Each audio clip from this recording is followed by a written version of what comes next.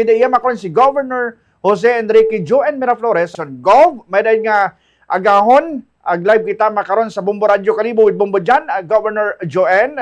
Good morning, Gov. Good morning, Bombo Jan, ag sa aton nga listeners and viewers no, Bombo Radio Kalibo.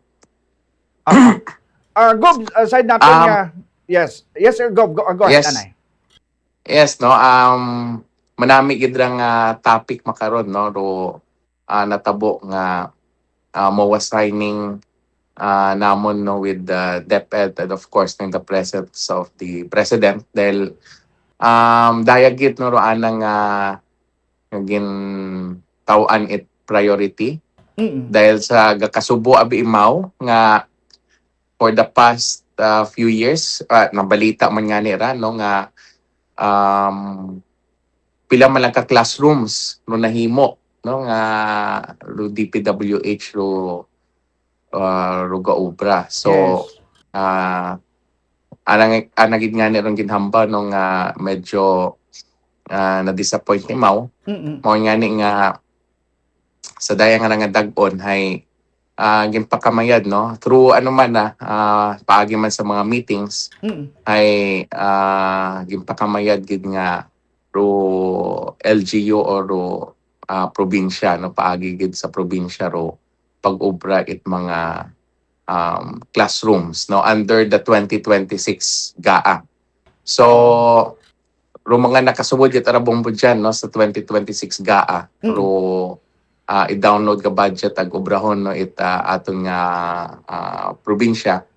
So base ba may magpangutana no nga ro bukod tanan nga eskwelahan. So ro daya tahay kung ano taro nakasuod no sa General Appropriations Act 2026.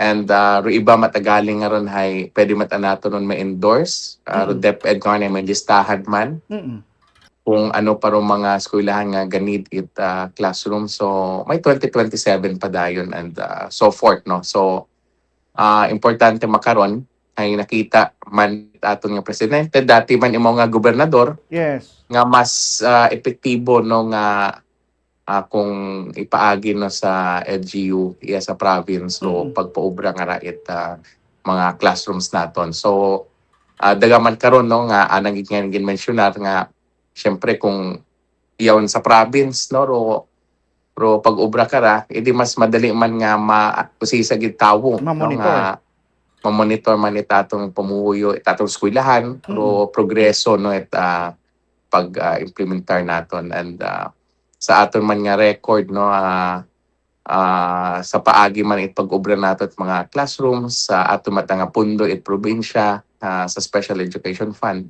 ay manami man no aton nga